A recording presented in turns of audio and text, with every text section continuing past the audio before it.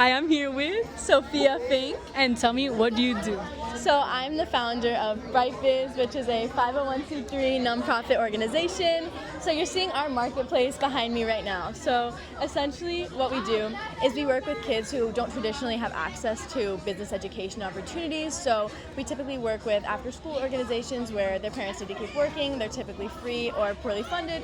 And so what we do is we come and we run 9-week programs. So we teach entrepreneurship fundamentals, business fundamentals, and things like that. And then over the 9 weeks, they build their skills, and then we fundraise, and then we support them and mentor them into building their own small business. And then what we're doing today is they're selling their products at their small business, and yeah, we're super excited to get to debut it, and it's just a really fulfilling and exciting project. What inspired you to do this? Because this is a very hard thing to manage, Sophia.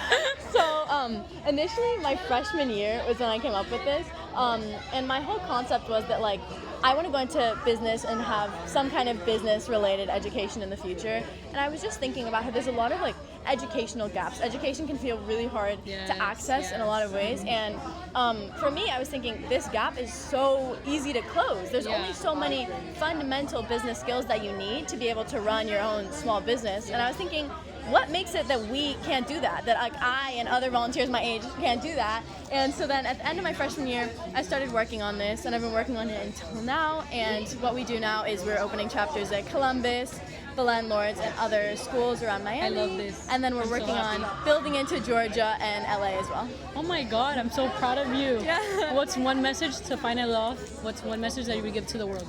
One message I would give to the world is I don't think it's ever a viable belief to think that you can't do something or you're not in a position powerful enough to make your difference, because all of my volunteers, we're all high school students, we're normal high school students. We don't have any special funding, any special education that makes us different from other people, but we're able to make this different impact, I think, just because your mindset and the values and the effort that you bring to something are always going to prevail. I mean, I got rejected from 1,000 groups before this group said yes, and I was like, oh no, this is a terrible idea, why am I doing this? I spent a year reaching out to people, and it was flopped completely, and then now it's doing amazing, and we're expanding across the country. So I think just your effort's always going to come out successful.